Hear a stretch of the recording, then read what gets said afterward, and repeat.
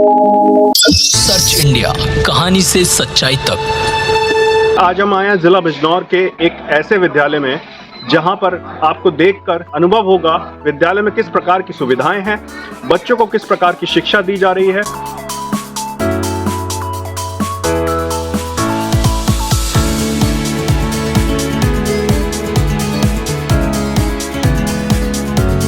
नमस्कार, मैं अर्पित आपका स्वागत करता हूं सर्च इंडिया न्यूज में। अभी आप वीडियो में जो प्रांगण देख रहे थे, जो ये एरिया आप देख रहे थे, ये एक विद्यालय प्रांगण है और इस प्रांगण को देख के हर कोई आश्चर्यचकित रह रहा है। वो इसलिए क्योंकि ये जो प्रांगण है, ये जो एरिया है, ये एक सरकारी जूनियर हाई स्कूल का है, लेकिन इसकी सुविधाएं और इसका जो मेंटेनेंस है उसको देखकर ऐसा लगता है कि मानो हम किसी प्राइवेट स्कूल में आ गए। आज हम आए हैं जिला बिजनौर के सैदपुरी में, जहां एक जूनियर हाई स्कूल इस तरीके से मेंटेन किया हुआ है, इस तरह की जो सुविधाएं हैं, ऐसा लग रहा है मानो एक प्राइवेट स्कूल में आप आ गए हैं। और यहाँ का जो वातावरण है, यहाँ की जो शिक्षा का स्तर है, यहाँ की जो सुविधाएं हैं, उनको देखकर हर कोई आश्चर्यचकित रह जाता है। और इसी कारण इस विद्यालय के शिक्षा के स्तर को देख के, सुविधाओं के स्तर को देख के, यहाँ के जो प्रधान अध्यापक हैं मुकेश कुमार जी, उनको उत्तर प्रदेश सरकार के द्वारा, राज्यपाल के द्वारा अवार्ड से नवाजा गया। श्री मुकेश कुमार जी, डिस्ट्रिक्ट बिजनौर से, कंपोजिट विद्यालय सैदपुरी बगीचन। आप सभी को मैं बताना चाहूँगा कि मेरे प्रयास, मेरी लगन, मेरी ईमानदारी, कर्तव्य निष्ठा का परिणाम है कि ये विद्यालय आज इस स्तर तक पहुंच चुका है कि हमारी राज्य सरकार ने इस स्कूल को बेस्ट स्कूल के रूप में चुना और हमारे जिले का नाम भी माननीय मुख्यमंत्री जी के पटल पर पहुंचा और उन्होंने राज्य पुरस्कार के लिए मेरा चयन किया। और मैं इसके लिए अपने समस्त शिक्षक, अपने समस्त ग्रामवासी और बच्चों को बधाई देना चाहता हूँ कि उन्होंने मेरा इसमें सहयोग किया। मेरा नाम रंजना रानी, सम्मेलन विद्यालय सैदपुरी में और मैं यहाँ सहायक पद पर कार्यरत हूँ। इससे पहले मैं पुरानी थी और वहाँ का स्कूल भी बहुत अच्छा था, लेकिन यहाँ आके बड़े बच्चों में आए और अच्छा लगा।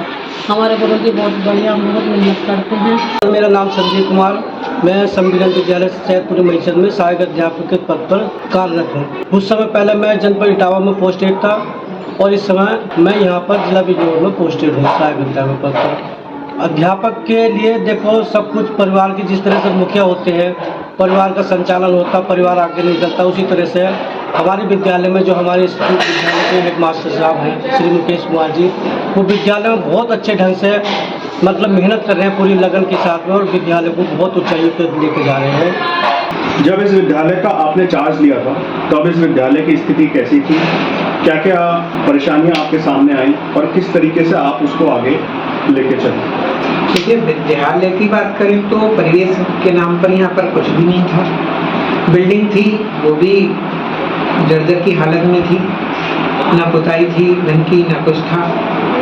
और सुविधाओं के नाम पे तो बस एक क्लासरूम था और व्हाइट बोर्ड भी के नाम पे तो कुछ था ही नहीं। जो दीवार में बने हुए थे बोर्ड बस वही थे और कुछ था नहीं। तो इसको सुधारने और संवारने के लिए क्या क्या परेशानियां आपके सामने आई हैं, और जब आपने इसका चार्ज लिया था तब की स्थिति में और अब की स्थिति में क्या क्या आपने यहाँ पे सुधार किया है, और किस तरीके से यहाँ जो शिक्षा का वातावरण है, जो मेंटेनेंस आपने किया है, वो कैसे कर पाए? सर, जब मैंने यहाँ पर चार्ज लिया, जो यहाँ की स्थिति थी वो बहुत दयनीय थी।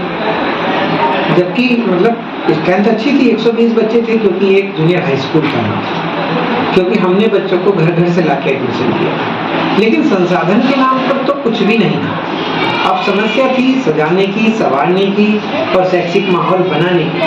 तो इसलिए मैंने सर्वप्रथम अपने संसाधनों में सर्वप्रथम इसका भौतिक विकास। अब धन की व्यवस्था गवर्नमेंट से तो 4-5 हज़ार ही रुपये आ रहे थे पुताई के नाम पर, धन की कोई व्यवस्था नहीं थी। ये तो सब अगर मन में ठान लिया है तो फिर करना ही था, तो व्यवस्था सब अपने स्वयं की। तो एक प्राइवेट से बेहतर स्कूल बनाने के लिए हमें सबसे पहले आवश्यकता थी कि एक कंप्यूटर प्रयोगशाला हो, विज्ञान प्रयोगशाला हो और स्मार्ट क्लास। इन सब के लिए मैंने एक प्रोजेक्टर सबसे परचेज किया, सबसे पहले स्मार्ट क्लास। कंप्यूटर मैंने सिंगल अपने पास से लगाया। उसके बाद हमारे यहाँ डीएम साहिबान आए, उन्होंने मेरे इस अनूठे कार्य को देखकर प्रशंसा की और मुझे कंप्यूटर प्रदान की। आज मेरी बहुत अच्छी कंप्यूटर प्रयोगशाला है और इसके गवर्नमेंट ने मुझे एक स्मार्ट बोर्ड भी उपलब्ध करा दिया है, जहां बच्चे बहुत ही अच्छे ढंग से पढ़ रहे हैं और समाज में भी हमारी स्थिति में मैं कहता हूं कि बहुत ही अच्छा सुधार हुआ है। इस विद्यालय को, क्योंकि आप फर्श से अर्श तक आपका प्रयास रहा है लाने में, और बाकी जो विद्यालय हैं, जो सरकारी विद्यालय हैं, उसमें भी देखा जाता है कि बहुत क्वालिफाइड टीचर्स हैं, क्योंकि एक टीचर बनने के लिए, एक सरकारी टीचर बनने के लिए व्यक्ति को बहुत मेहनत करनी पड़ती है, बहुत कंपटीशन देने पड़ते हैं, तो उसका क्वालिफिकेशन का स्तर तो बहुत हाई है। लेकिन जो बच्चे क्योंकि नहीं आ पा रहे हैं सरकारी स्कूल में, उसका एक क्या कारण रहा है, और बाकी लोगों को आप क्या संदेश देना चाहते हैं अपने विद्यालय को बेहतर बनाने के लिए? अंत में मैं ये कहना चाहूँगा कि सरकार की विभिन्न योजनाएं चल रही हैं, हमें उनका सम्मान करते हुए, उन पे काम करते हुए हमें प्रेरणा लेनी चाहिए और 100% अपना बेस्ट करने की कोशिश करनी चाहिए। और ऐसे स्कूल और भी हैं हमारे पास जो प्रेरणा का स्रोत हैं, उनको देखकर हमें भी उनके साथ कदम मिलाते हुए समाज, एक अच्छे देश के निर्माण के लिए, अच्छी सरकार के लिए, अच्छे समाज के लिए हमें कार्य करना चाहिए। सर्च इंडिया चैनल को मैं बहुत समय से देखता हूँ। ये सच्ची घटनाओं और समाज की कुरीतियों पर प्रश्न उठाते हैं और जो समाज है हमारा, उसे सही दिशा में लाने का प्रयास कर रहे हैं। मैं इनकी सराहना करता हूं और इनका आभार व्यक्त करता हूं कि हमारे विद्यालय में आए और सभी को हमारे विद्यालय जैसा प्रेरणा मिले और उसके लिए काम करें। मैं इनके लिए धन्यवाद करता हूँ। सर्च इंडिया, कहानी से सच्चाई तक।